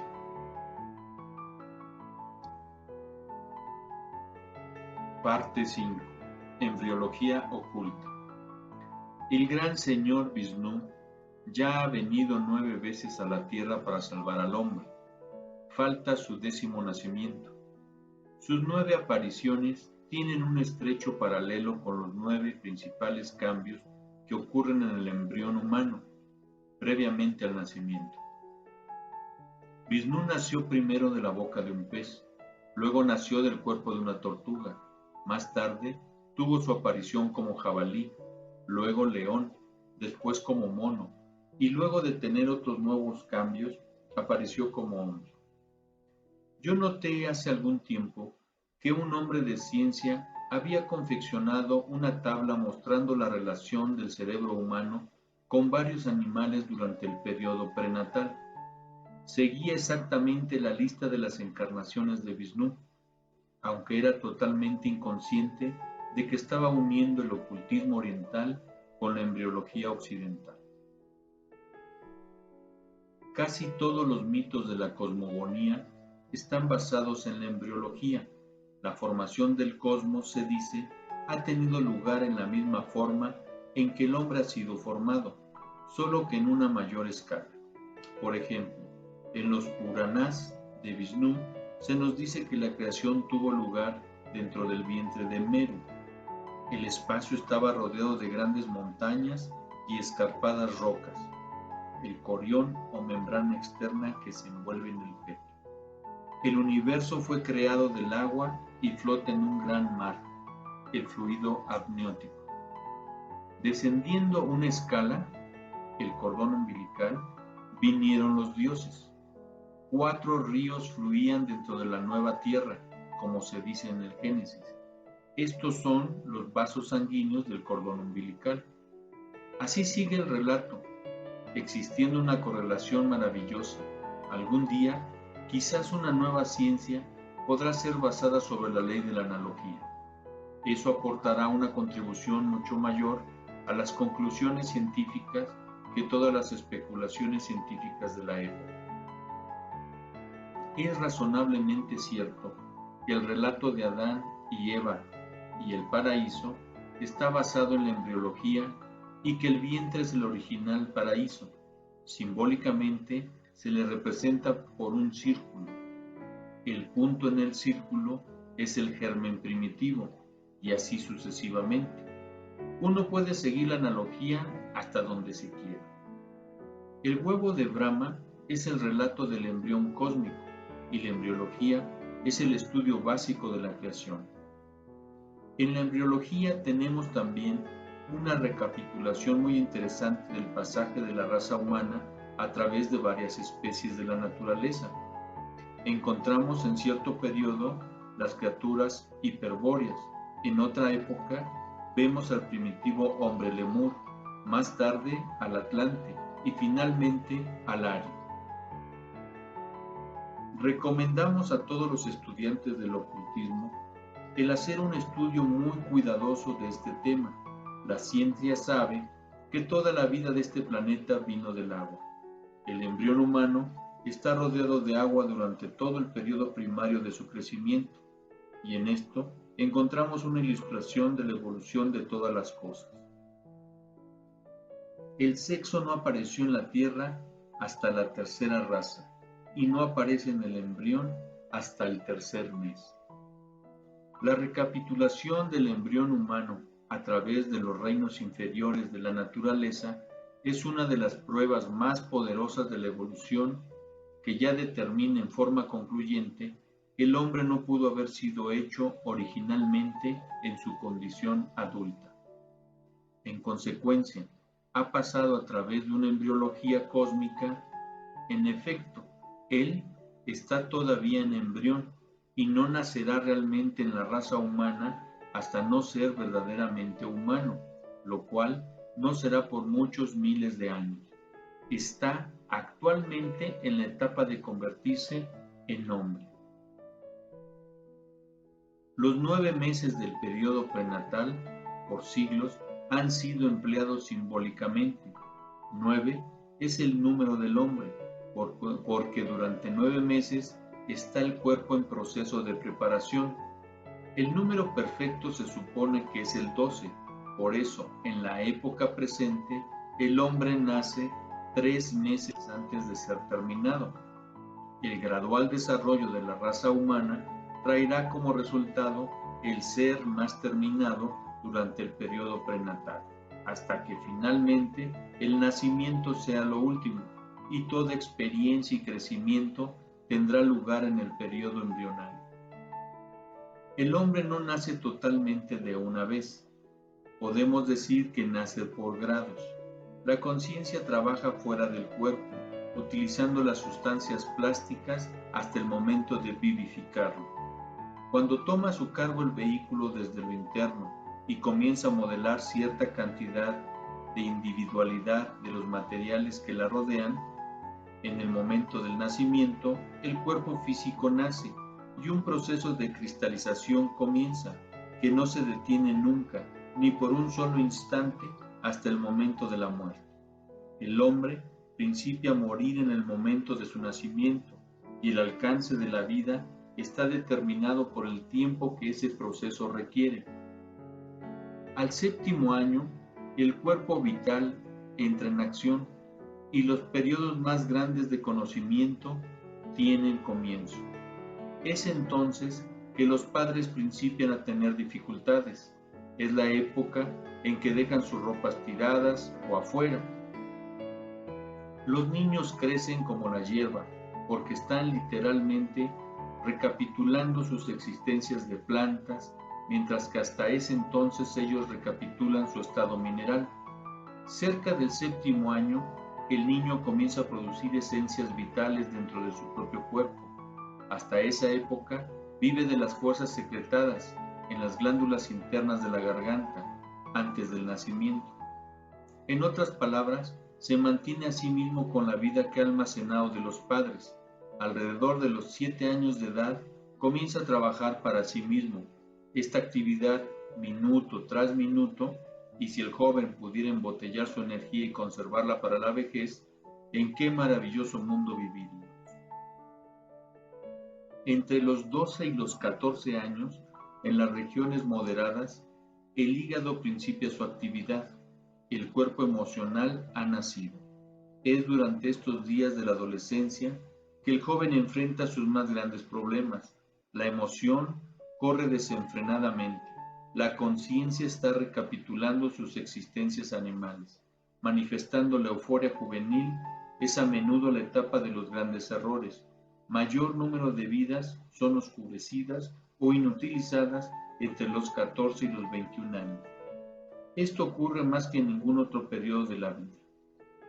Se nota especialmente entre las razas primitivas que han sido expuestas en contacto con nuestro sistema educacional que hay un cambio alrededor de los 14 años.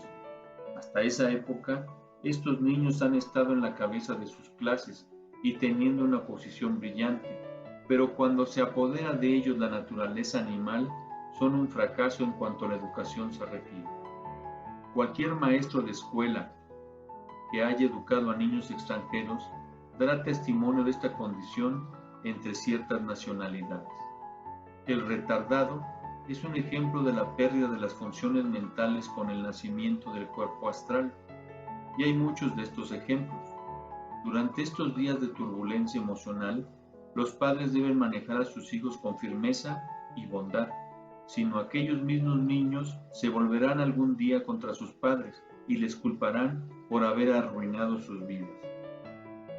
Entre los 18 y los 21 años, de acuerdo con las condiciones climáticas, el cuerpo mental toma el gobierno y nosotros decimos que el individuo ha llegado a su mayoría de edad. Entonces, se le permite votar.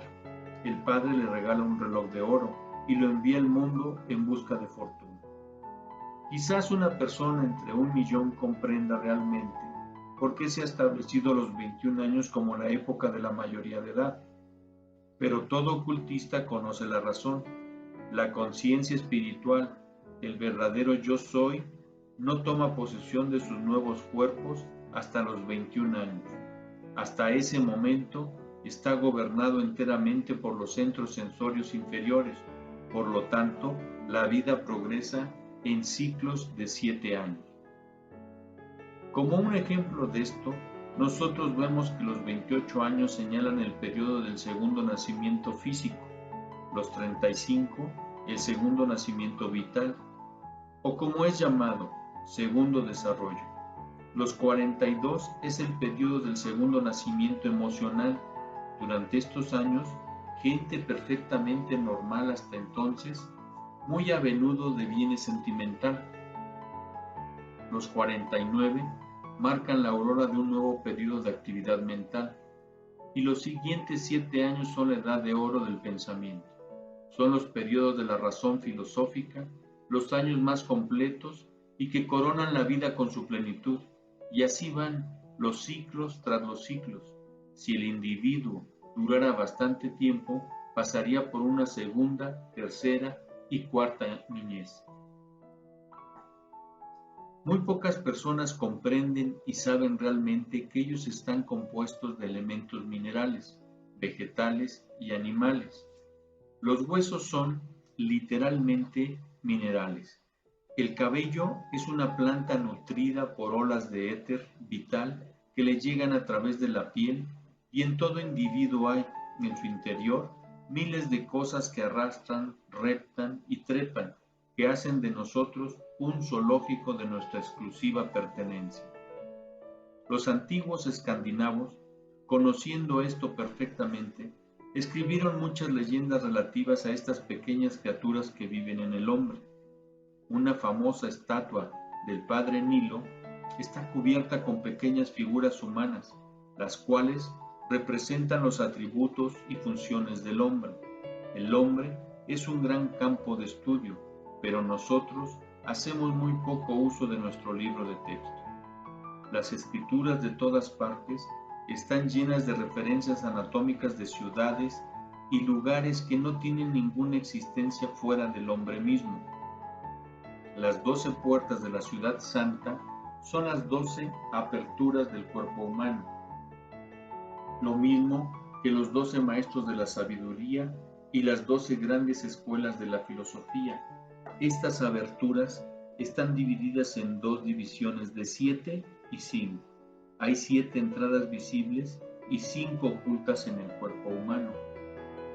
Uno de los filósofos griegos dijo a sus discípulos que deberían recordar distintamente que había 6 aberturas que se dirigían al cerebro y solamente una dirigiéndose fuera de la cabeza humana, y que esta era regida por el estómago. Por lo tanto, ellos debían escuchar 2 veces, una vez por oído, ver 2 veces, una vez con cada ojo, sentir 2 veces una vez por cada lado de la nariz, pero hablar solo una vez, y que lo que dijeran debía venir del cerebro y no del estómago. La advertencia todavía suena muy bien. Los hebreos usaban la cabeza humana como un símbolo favorito para expresar los divinos atributos, llamándola la gran faz.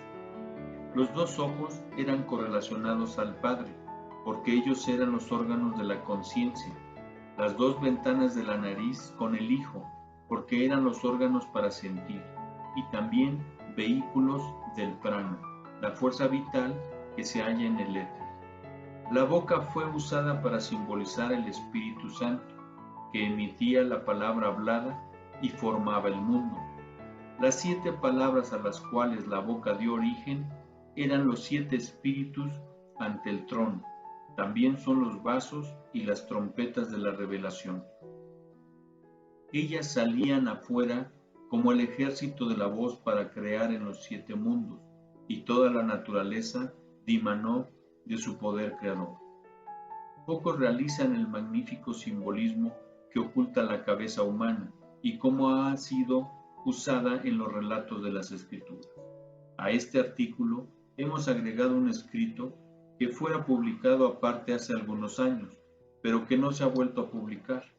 El artículo mencionado tiene una conexión directa con el tema del simbolismo anatómico, mostrando cómo los principios delineados en las páginas precedentes dan su resultado si se los aplica a los diferentes problemas del mundo actual.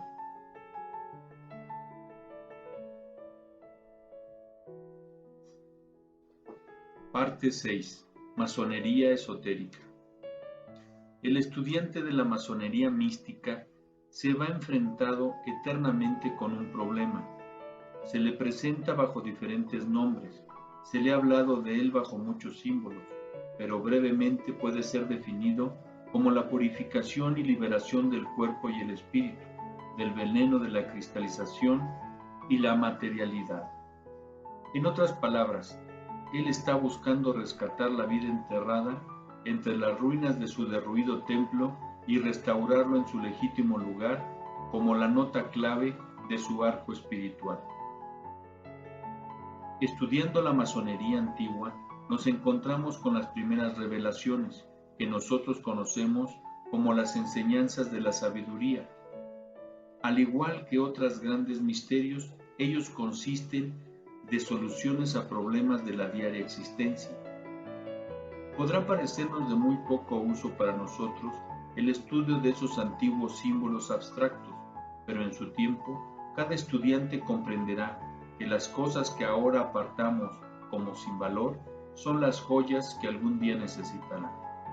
Como el centauro del zodiaco, el hombre está eternamente esforzándose en elevar la conciencia humana desde el cuerpo del animal y en la escalera de 3 peldaños de la masonería. Ahí encontramos los 3 grandes pasos que son necesarios para lograr esta liberación. Estas 3 gradas son las 3 grandes divisiones de la conciencia humana. Podemos, sucintamente, definirlas como materialidad, intelectualidad y espiritualidad. Ellas también representan la acción en el peldaño inferior, la emoción en el del centro y la mentalidad en el superior. Todos los seres humanos están haciendo el esfuerzo de llegar hacia Dios, subiendo por estas grandes gradas que conducen a la liberación. Cuando nosotros unimos estas 3 manifestaciones en un armonioso equilibrio, tenemos entonces el flamante triángulo. Los antiguos declararon que Dios, como el punto en el círculo, es incognoscible, pero que dan fe de su existencia sus 3 manifestaciones, el Padre, el Hijo y el Espíritu Santo. Lo mismo es cierto con el hombre. Dios en cada uno de nosotros puede solo manifestarse por sus 3 manifestaciones.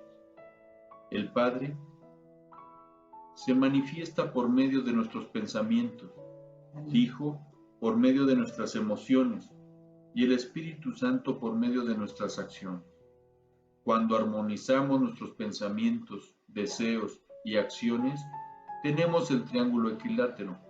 Cuando las energías vitales purificadas del hombre son irradiadas a través de esas tres manifestaciones, un halo llameante se agrega al triángulo, en cuyo centro está Dios, el incognoscible e impensable Uno.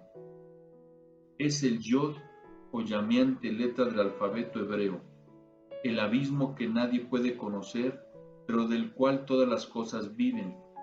La vida de este desconocido emana hacia afuera a través del triángulo, el cual, en los grados superiores, está rodeado por un halo de llamas.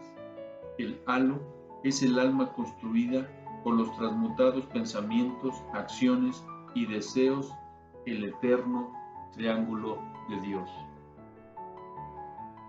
Entre los símbolos masónicos está la colmena, llamada símbolo de la industria, porque ella demuestra claramente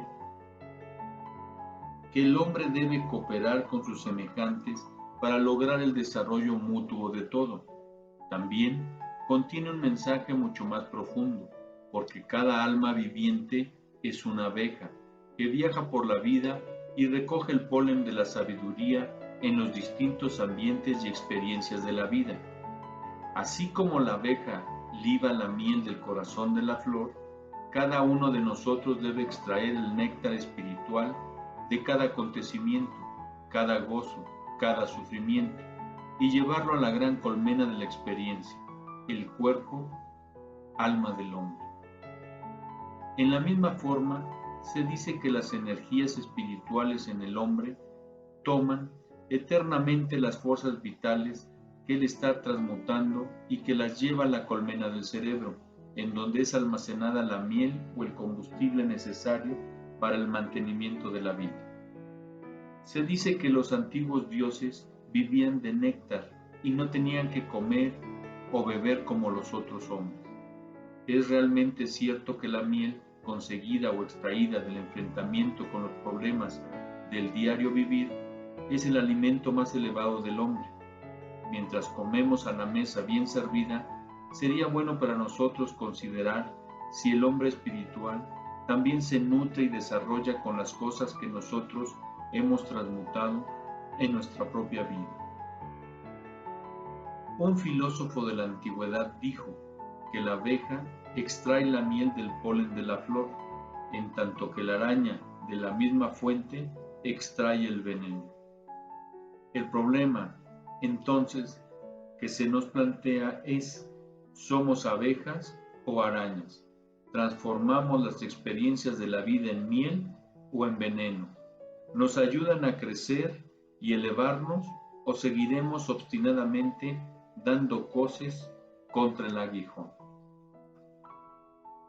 Mucha gente se vuelve agria con la experiencia, pero el sabio toma la miel y la almacena dentro de la colmena de su propia naturaleza espiritual. Es bueno también para nosotros el considerar el saludo especial de la garra del león, uno de los símbolos de iniciación más antiguos del mundo. Antiguamente, el neófito en su camino hacia los templos de misterios de Egipto era al final enterrado en un gran cofre de piedra, destinado a los muertos, para ser llevado después por el maestro nuevamente a la vida, en su vestimenta de azul y oro. La letra hebrea Yod, que se coloca en el centro del triángulo y se usa algunas veces como símbolo del espíritu, por su aparente semejanza a una llama, significa, de acuerdo a los cabalistas, una mano extendida hacia adelante. Nosotros entendemos esto como simbolizando al espíritu solar del hombre, que se dice está entronizado en el signo del león, el león de Judea. Y así como el fruto de los campos y semilleros crecen y se desarrollan por los rayos del sol, así también se dice que la cristalización del hombre es destruida y disipada por la luz del sol espiritual, el cual levanta a los muertos con su poder y libera las fuerzas vitales latentes. El espíritu del hombre, con sus ojos que ven en la oscuridad, Está siempre esforzándose para elevar la parte inferior de su naturaleza para que se una con él mismo. Cuando el hombre inferior es de ese modo elevado de la materialidad por los ideales superiores que desarrolló dentro de sí, se dice que el espíritu de la luz y la verdad ha levantado al candidato por la iniciación con la garra del león. Examinemos el símbolo de los dos Juan como lo encontramos en los rituales masónicos. Juan, John en el original inglés, significa carnero y en inglés ram. Y el carnero es el símbolo de las pasiones e impulsos animales del hombre. En Juan el Bautista, vestido con pieles de animales, esas pasiones no han sido transmutadas, mientras que en Juan el Evangelista han sido transmutadas, y los vehículos y poderes que representan se han convertido en los bien amados discípulos del Cristo en la vida del hombre. Nosotros oímos a menudo la expresión montar el chivo o agarrarse al palo enjabonado. Esto tiene una importancia simbólica para aquellos que tienen ojos para ver, porque cuando el hombre domina su naturaleza animal inferior, puede decir honestamente que está cabalgando el chivo, y si no puede cabalgar el chivo, no puede entrar en el templo de la iniciación.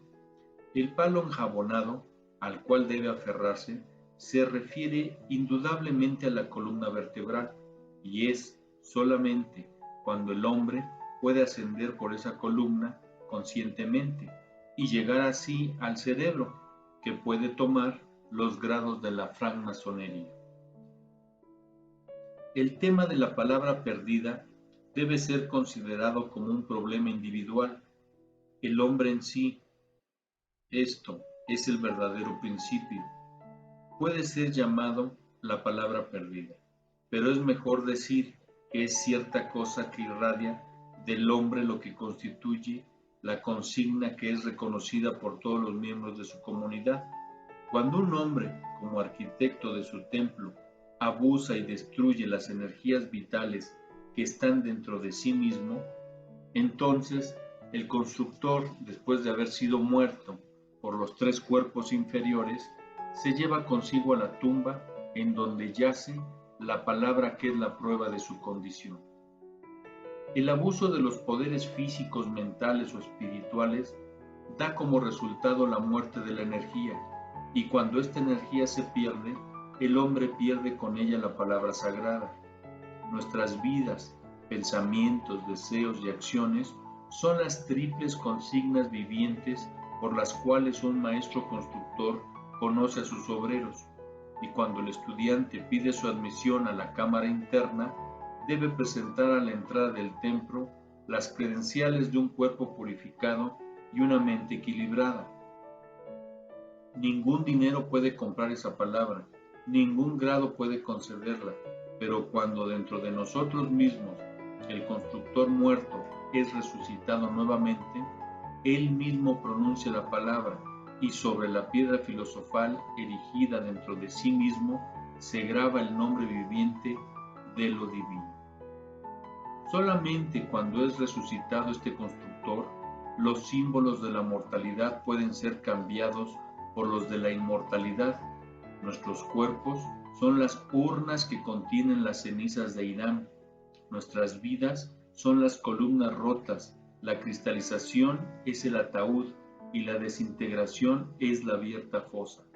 Pero arriba de todo está la rama de siempre viva, prometiendo vida a aquellos que despiertan el poder serpentino y mostrando que debajo de las ruinas del templo está sepultado el cuerpo del constructor, quien es revivido cuando nosotros liberamos la vida divina que está encerrada en nuestras propias naturalezas materiales.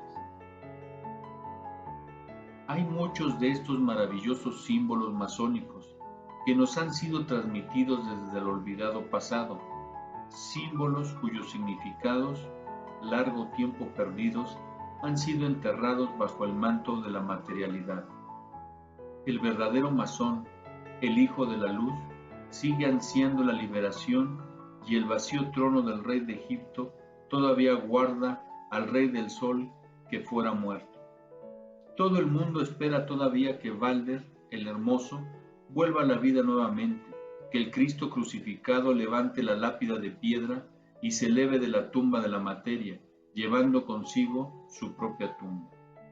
Cuando el hombre ha vivido de modo que puede entender este maravilloso problema, el gran ojo o centro de conciencia es capaz de ver a través del limpio cristal del cuerpo purificado los misterios de la verdadera masonería, por largo tiempo ocultos al profano, son entonces comprendidos, y el nuevo maestro, revestido con sus mantos de azul y oro, sigue la senda de los inmortales que han ascendido escalón por escalón, la escalera que conduce a lo alto, hacia las 7 estrellas, en las lejanas alturas, el arca, el manantial de vida, flota en las aguas del olvido y envía su mensaje hacia abajo, al hombre inferior, por medio del cable de amarre. Cuando se alcanza este punto, la puerta en la G se cierra para siempre, porque el centro ha retornado al círculo. El triple cuerpo y el triple espíritu quedan unidos en el sello eterno de Salomón. Entonces, la piedra angular que el constructor rechazara vuelve a ser otra vez el vértice del ángulo, y el hombre, la piedra culminante por largo tiempo perdida en el templo universal, vuelve a ocupar su lugar. Las ocurrencias de la vida diaria están afinando nuestros sentidos y desarrollando nuestras facultades. Estas son las herramientas del artesano, el mazo, el cincel y la regla. Con estas herramientas autodesarrolladas, nosotros estamos lentamente devastando la piedra bruta o cubo en el bloque pulido para el templo universal. Es sólo entonces que nos convertimos en iniciados de la llama, porque solamente en ese momento la luz reemplaza la oscuridad, así como vagando por las abovedadas cámaras de nuestra propia existencia, aprendemos el significado de las abovedadas cámaras del templo. El ritual de la iniciación, al desarrollarse ante nuestros ojos, nos hace reconocer en él la recapitulación de nuestra propia existencia, el desarrollo de nuestra conciencia y el relato de nuestra propia vida.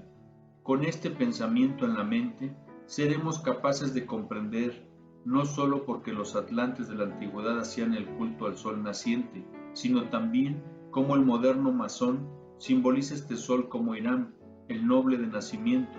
Cuando él asciende a lo alto del templo, coloca una piedra de oro allí y despierta la vida todas las cosas existentes en el hombre.